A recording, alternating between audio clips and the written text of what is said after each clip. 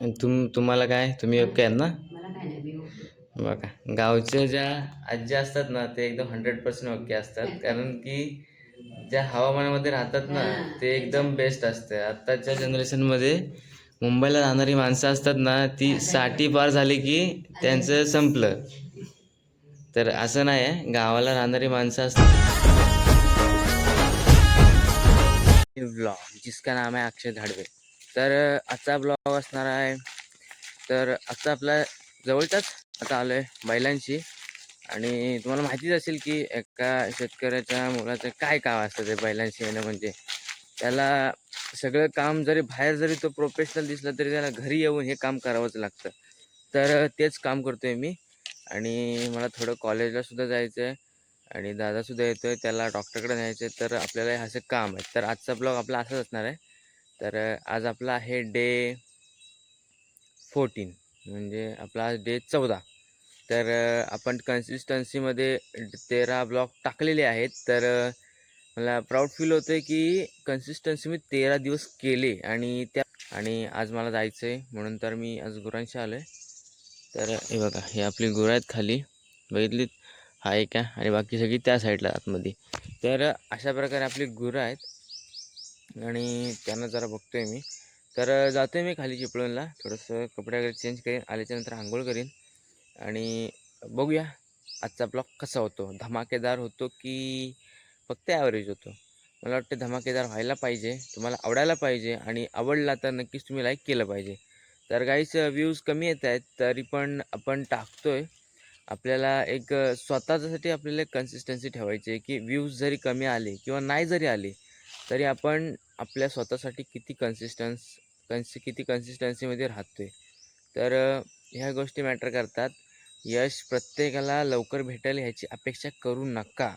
प्रत्येकाचं आयुष्य बलवान नसतं आणि प्रत्येकाचं नशीब बलवान नसतं. तर तसंच असतं, आपण स्वतःसाठी आणि स्वतःच्या आयुष्यासाठी आणि स्वतःचे करिअर घडवण्यासाठी लढत राहिलं पाहिजे. तर प्रत्येक गोष्टी आपल्या मागे भेटतात आणि आपल्याला मिळत असतात. तर आजचा इंट्रो थोडा मोठा झाला, तर आपण डायरेक्ट भेटू निघताना. तर बाय. आता आम्ही शिफ्ट चेंज करता. आता मम्मी आले, हे बघा शिव्या घालते. तुमच्या कमान असे असेल ना तर शिव्या घालणारे तर टॅग करा. हे बघा, याचं तोंड बघा, हे बघा, हे बघा, याचं तोंड बघा. इकडं बघ मम्मी, इकडं बघ, लय शायनिंग दाखवते ते काय इथं हात खाली. तर तुमच्याकडे सुद्धा अशी शिव्या जाणारी असेल तर कमेंट करा. तर मी आता चाललोय, बघूया कसं काय ब्लॉगमध्ये होते ते.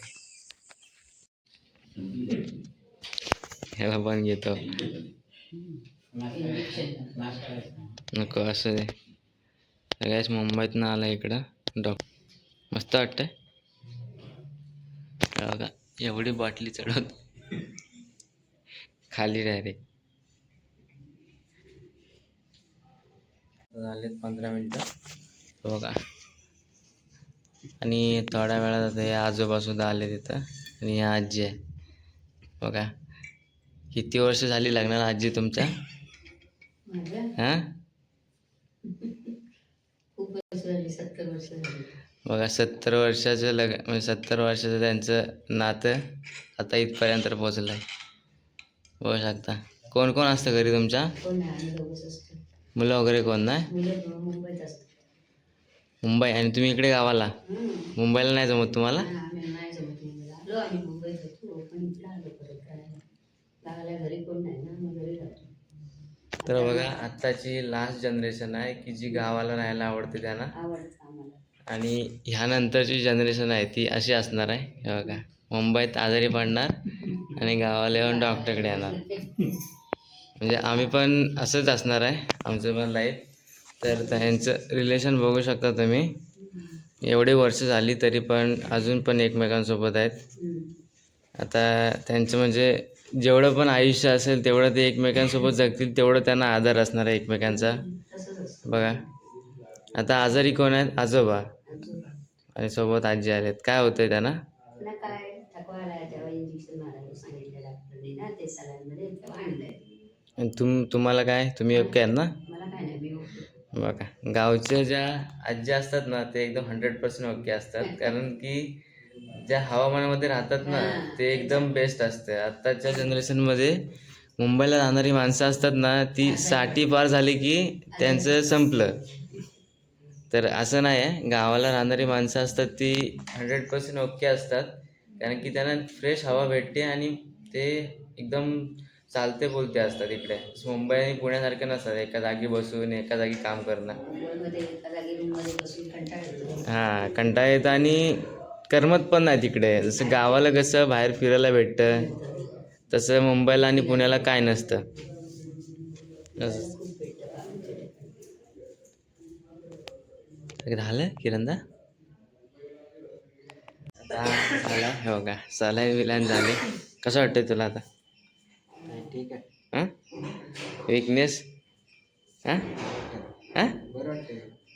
बघा आता हातावरती पट्ट्या जळल्या आणि सलाईन लावल्यावरती लय घाण वाटतं, दुखतं जाम.